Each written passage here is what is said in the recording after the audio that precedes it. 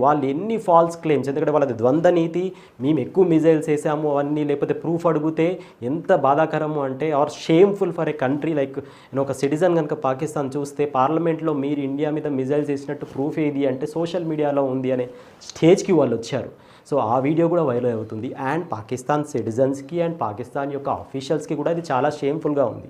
ఇది పక్కకు పెడితే, వాళ్ళు మనకు డ్యామేజ్ చేయడం పక్కకు పెడితే, వాళ్ళకు ఆల్రెడీ చాలా డ్యామేజ్ జరుగుతూనే ఉంది. కంపేర్ టు చిన్న చిన్న కంట్రీస్ ఎవాల్వ్ అయికుంటూ వచ్చాయి, వాళ్ళు మాత్రం రెగ్రెసివ్ వేగా వెళ్తున్నారు. ఎందుకు అంటే అదే పిచ్చి, one blind passion that we want Kashmir అంటూ ఉంటారు. అది ఎప్పటికీ వాళ్ళకి రాదని తెలుసు. And second is they always encourage cross border terrorism. డైరెక్ట్గా చెప్పకపోవచ్చు, డైరెక్ట్గా ముందు పీస్ అంటారు, వెనుక చేస్తారు, సీజ్ ఫైర్ అంటారు, సీజ్ ఫైర్ వైలేట్ చేస్తారు.